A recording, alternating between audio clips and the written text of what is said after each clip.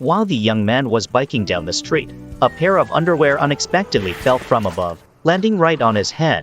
The man then stopped and reached up to touch the top of his head. At that moment, a girl from above yelled for him to stop. "Mister, don't look at it. Just drop it next to you. I'm sorry. You can just keep going." Confused by the girl's reaction, the man reluctantly took the item off his head. It was indeed odd for him to be biking and suddenly have underwear drop from the sky.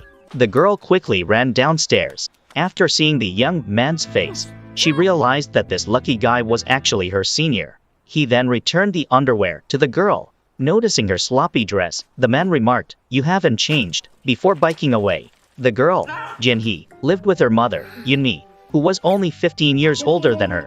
In her youth, Yunmi was rebellious, liked a classmate's brother and ended up having his child, but he abandoned her.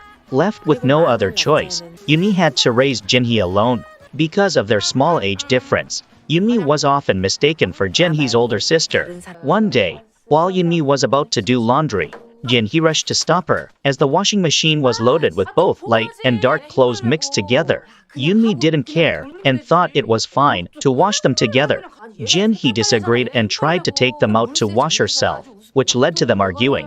Accidentally, underwear fell out of the window during the dispute and landed on the young man's head. Jinhee thought they would never see each other again, but then she remembered he biked, so he must work nearby.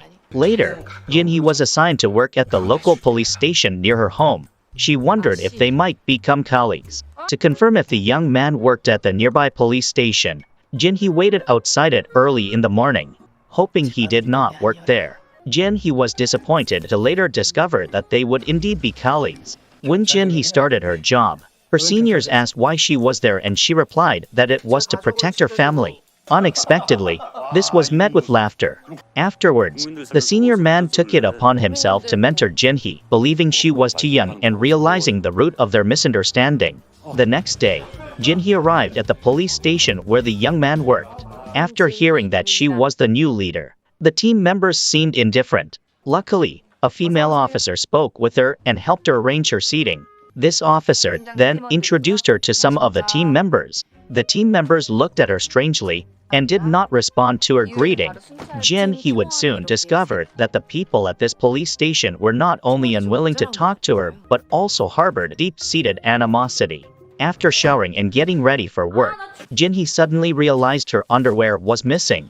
With no other option, she opened her mother's underwear drawer, only to find it full of thong underwear. Wearing a thong for the first time to work, she felt very uncomfortable and kept adjusting it. Unbeknownst to her, Ji-won from behind was watching, puzzled by her actions. Jinhee realized that Jae-won had seen her adjusting her underwear and pretended to be calm before walking away, leaving him confused. Soon, it was time for Jinhee's daily patrol. Sitting down, she felt even more uncomfortable and began adjusting again, unaware she was near Jae-won. Meanwhile, her mother, Yunmi, while walking up the stairs, suddenly noticed her underwear scattered outside. The door was also open. Thinking there was a burglar, Yunmi grabbed a weapon and began searching around. Upon reaching the bedroom, she discovered her underwear drawer was open and only one pair was missing. Angered, Yunmi shouted, "You thief bastard! Just panties," and then called the police. Coincidentally, the responding officers were from her daughter Jinhee's team. When Jinhee got out of the car, Yunmi glared at her, accusingly saying, "You bitch." Jinhee was at a loss for words and started to explain. "I was going to tell you, but was interrupted as Jae-won got out of the car. Jae-won asked Yunmi why she had called the police. Upon seeing Jae-won's handsome face, Yunmi immediately started acting. "I really, thank you so much, Chief. What should I do? What's the procedure?" As Jae-won was about to help her upstairs, she dramatized her shock. "I was so shocked." Then, noticing a bruise on Jae-won's face, she exclaimed in horror, "What's with your face? My gosh, who did this to your handsome face?" Jae-won awkwardly replied, "I'm okay. Let's go upstairs." Jae-won then began to investigate and gather evidence. Throughout the process, Yunmi stared at Jae-won with ill intentions and suddenly said, "Chief, the panty is on the left." Jae-won stiffly replied, "I'll just take one." But Yunmi persisted, "Come on. Might as well be accurate." At that moment, Jinhee suddenly appeared and disrupted Yunmi's teasing of Jae-won. She then began to inquire about the details of the case from Yunmi, who kept staring at Jae-won. When Jae-won finished taking photos and was about to proceed with the investigation, Yunmi immediately stopped him, suggesting Jin-hee should go instead.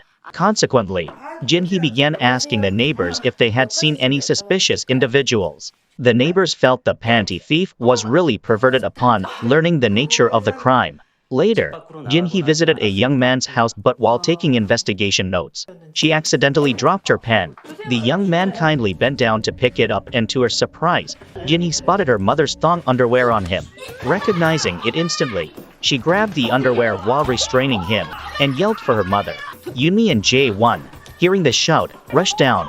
Yunmi, seeing her underwear, was extremely agitated. Mother and daughter held the man tightly, questioning him, while Jae-won, trying to intervene, was pushed away. Eventually, the young man was taken to the police station. However, he denied stealing the underwear, claiming instead that he had bought it.